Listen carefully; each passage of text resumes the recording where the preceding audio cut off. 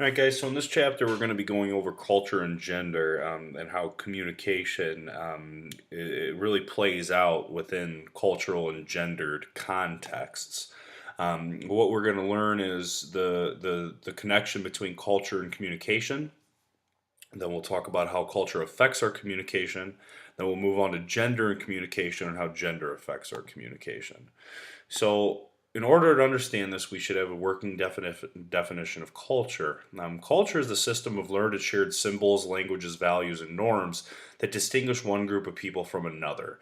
So it's the environment in which we're grown up in which we're raised, that has rules and guidelines about what symbols represent, what language means, what values are important, and what are the norms. How are things quote unquote normally done here? What is it like, or how things are, or just what's it like around here? Those are the norms. Um, and so the culture that we grow up in represents a group that has a set of these things, and they vary culture to culture. Whether that's the way that we dress and the rituals that we take place in, whether that is what we value in terms of what's important, what's not important, how we present ourselves, how we dress, how we do our hair, all of these things represent parts of cultures that make us distinguished and make us unique. Um, and people distinguish between in groups and out groups. Basically, in groups are the groups of people with whom we identify. So this is like if you were a football player in high school, you belong to the football team. You're a part of that group. If you are African American, you are an African American individual, and you identify with those individuals. If you are a female, yeah, the in group for you then is the female group.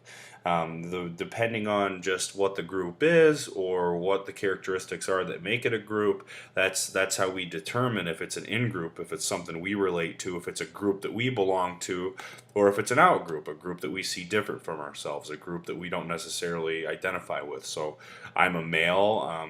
For me, females are out group. I'm not a part of that group. I don't identify as being a part of that group, and therefore I don't see myself as an in group member.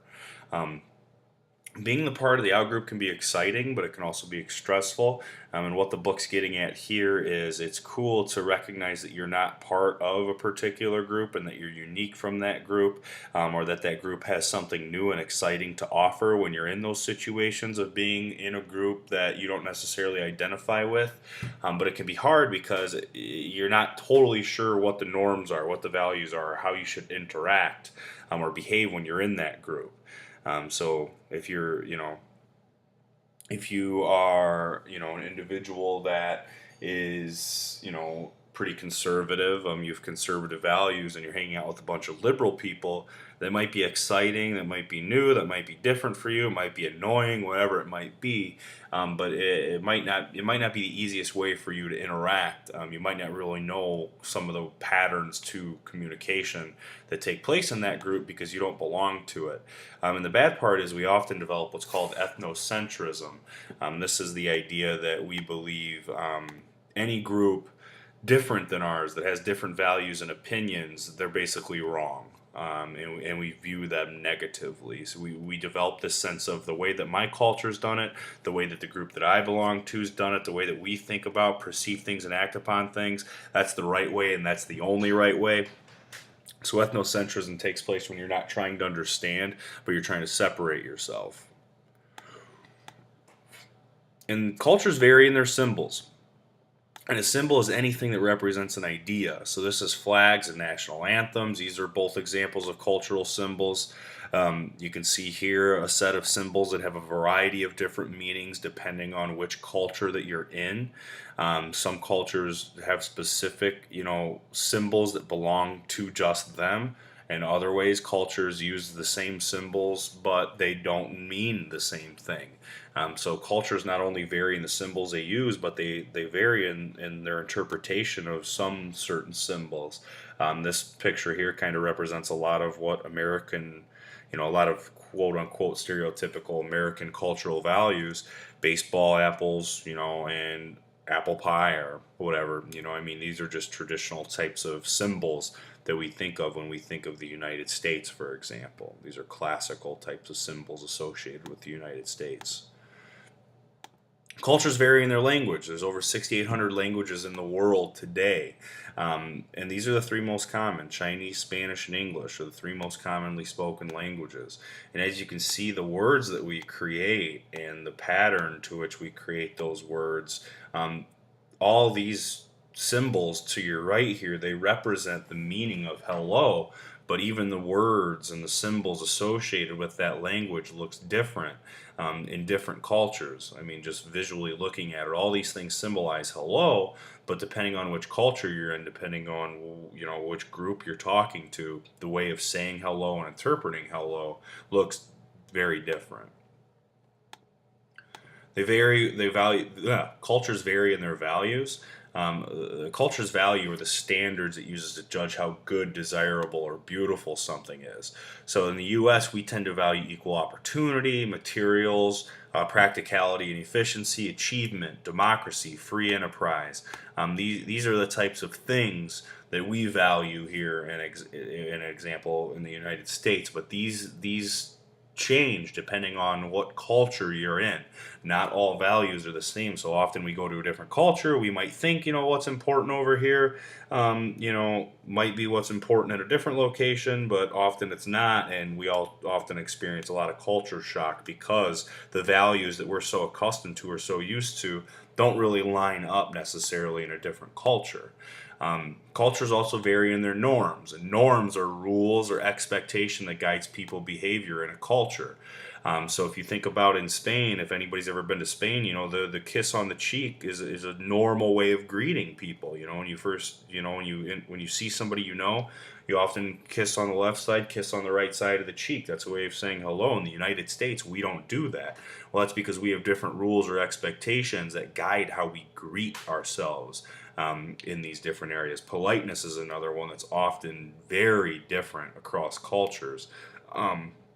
The way to express and accept politeness changes a lot depending on which culture you're in. So this is just a little comic that strip that kind of, it's Calvin and Hobbes, that kind of gets at norms a little bit. But the more you think about things, the weirder they seem. So take this milk. Why do we drink cow milk? Who was the first guy who first looked at a cow and said, I think I'll drink whatever comes out of these things when I squeeze them? Isn't that weird? I think conversation should be kept to a minimum till the afternoon. So it's kind of funny, but it's getting at, if we really think about it, we do a lot of weird things. And this comic strip kind of gets at that, but it's something that's become so normative. We don't really ever second guess or think about, the fact that we're drinking milk from another animal, and that's a pretty normal thing in our culture, but that's why it's a norm. It's just a rule or expectation that we've come to understand, and it guides our behavior towards that. So again, if we want to think about greetings here, these are all different types of distance related greetings. You can see some instances shaking hands, bowing, kissing. There's different norms surrounding the way that we greet each other depending on which culture you're in. Cultures are groups of people who share values, customs, and norms related to mutual interests or characteristics besides their national citizenship. So you can look at cultures as large overarching groups, and then within those large overarching groups are what we call cultures. These can reflect shared activities, beliefs, or characteristics. Many people identify with multiple cultures. Sorry, I keep getting ahead of myself. And many cultures thrive online. So we often identify with a lot of different cultures. So we might say that we're an American citizen or something like that, but then there's a bunch of other cultural groups that we belong to, and that kind of comprises our identity. So make sure you're very familiar with cultures and the information in your textbook, especially with the information that shows about online cultures. Now let's talk a little bit how culture affects communication and some of the dimensions surrounding culture. There's individualistic cultures and there's collectivistic cultures. Individualistic cultures believe their responsibilities to themselves. It's the American dream. It's you can accomplish whatever you want as an individual. Your destiny your responsibility, everything that you do and accomplish in life, you have complete control over that. And the only thing that really matters, or what matters most, is your personal accomplishments and what you do as an individual and what your character is as an individual. That's like in the United States. In more collectivistic cultures, they care much more about the needs of the community. What's more important on the broad level? Not so much just me and my own personal gain, but what can I do to contribute to a better community and what's best for the group overall? And this dimension varies in a variety of cultures. We have low context and high context cultures. People in low context cultures are taught to communicate directly and to say what they mean. It's all about what the content of the message is. Say exactly what you mean, say it the right way, say it accurately. I'm listening very much to your words, and that's what's most important to me. High context cultures convey meaning through subtle behaviors and contextual clues rather than through verbal directness. In the United States, when people travel to collective cultures, it's easy for individuals and collective cultures to notice that because the United States is notorious for talking too much. We say too much. We're one of those low context cultures that want a lot of words. We want a lot of verbalization. We want a lot of messages. Whereas a lot of other cultures look at the distances, and we'll talk about these kinds of things in upcoming chapters. But how do you use space when you're interacting with people? How do you use your body when you're interacting with people? How do you use eye contact when you're interacting with people? What is the situation in terms of the relationship and the power dynamics involved in this interaction? So, low context, they need a lot of words. There's got to be a lot of messages for meaning to get across. High context cultures don't need as many words, they take more of the entire context of the situation into account. And this kind of relates to low power distance and high power distance cultures. Low power distance cultures believe that no one person or group should have excessive power. There's very little distance between the CEO and the janitor. Their status doesn't matter quite as much, and power is more evenly distributed amongst community members. In high distance cultures, it's the opposite. There's a strict hierarchy. Power is usually at the top, and the average citizen has much less power. I'll kind of let you all think about where we are in the United States if you consider us to be a low power distance or a high power distance culture. But just recognize that when we're talking about this dimension, it's a matter of how evenly power is distributed amongst everybody compared to how much people at the top can have a lot of power, whereas those at the bottom have little. Then we have masculine and feminine cultures. People in masculine cultures cherish traditional masculine values and believe in sex differentiated roles, whereas feminine cultures are more into feminine values and tend to not believe in sex differentiated roles. The United States is still pretty patriarchal. It's still pretty gendered. We still very much value masculine things. We think that being assertive and being aggressive and being competitive is more important than being relational and being nice and being caring in a lot of ways, especially in corporate America. But depending on which cultures you're in, this kind of goes back and forth on a spectrum. Some cultures are more masculine, some go back and forth between masculine and feminine, some are feminine, some are in the middle. It all just kind of depends. Each one of these things, you can view them on a spectrum.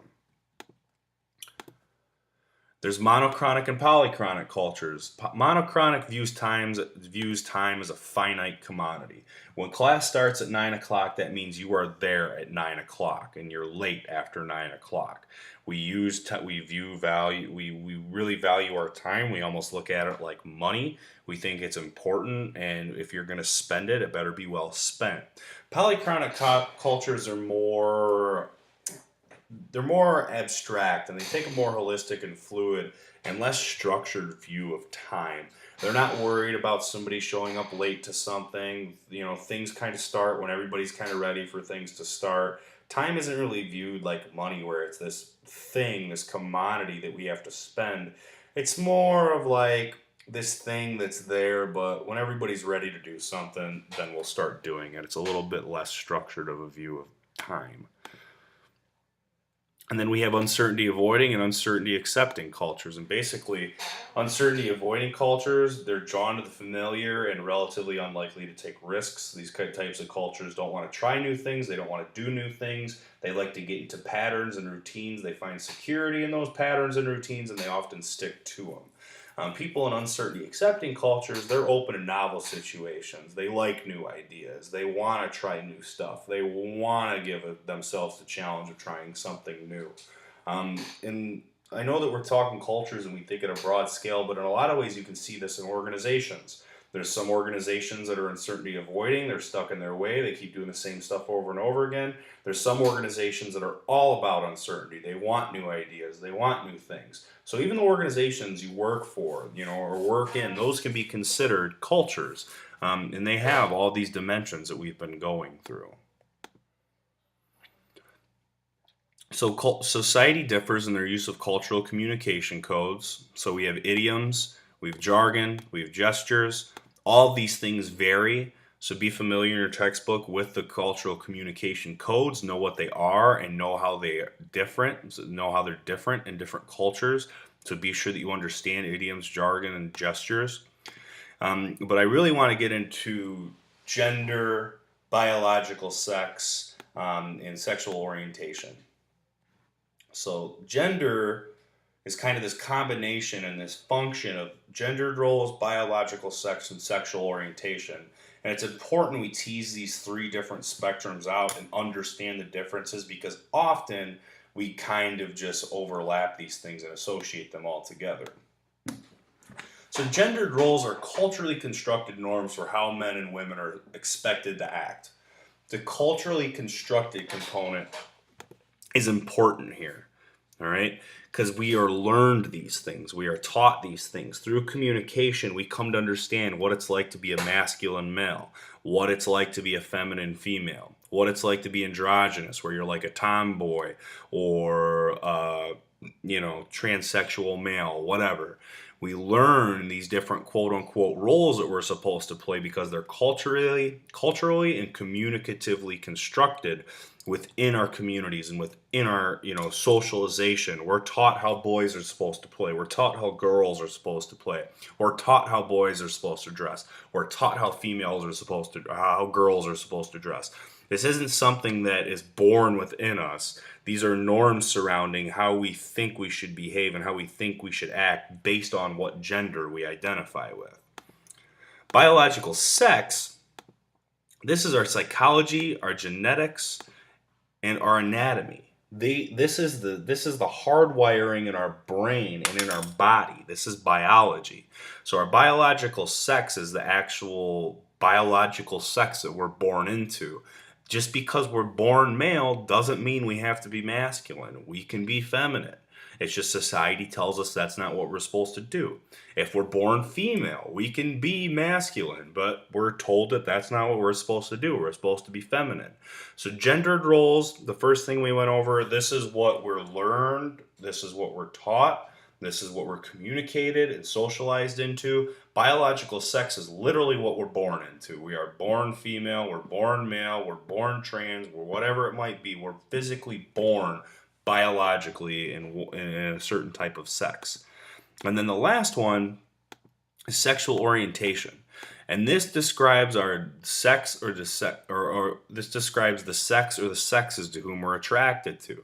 So we're either heterosexual or you're attracted to the opposite sex, you're homosexual, or it's the same, bi where it's both, asexual, or maybe you're not attracted to any type of sex at all. But the key to this little section of the lecture is you have gendered roles, which are culturally constructed through communication. You have biological sex, which is what you are born, either male, female, or something other in the middle. And then there is sexual orientation, which describes what you're attracted to. These three things are not synonymous. They're different, and people can express themselves however they want. We often just get confused with all of this and aren't able to articulate these three different spectrums, but it's important to be aware of them and how they all operate together, because they come together and inform how we communicate. Some have more powerful speech where there's talking more. They interrupt more frequently, but there's less powerful speech, asking more questions, using hedges like sort of or might be. Powerful speech is typically associated with the masculine gender. Less powerful speech is typically associated with the feminine gender. There's masculine linguistic style, shorter sentences, more sentence fragments. We refer to ourselves more. We talk often more about the quantity of things. This is masculine linguistics. Whereas feminine linguistics, there's often longer sentences, more qualifiers, and they tend to reference the group and others much more often. There's affectionate communication. Among adults, women use more affectionate behaviors than men do, and this could be due to a variety of things. The amount of affection received in childhood due to gendered socialization, where men aren't supposed to be affectionate as much, so therefore they don't receive as much. The perception that affection is feminine, it's a girl, quote unquote, thing to do. And there's differences in hormones that promote affectionate behavior. There are biological things that affect how affectionate we are as adults and individuals. So that's the end of the show. Make sure that you are very familiar with the differences in gender and that you're also very, very familiar with the differences between culture and co-cultures. Be able to start thinking about some of the cultures and co-cultures you might belong to and be critical about how you communicate and how your communication is influenced by culture and gender.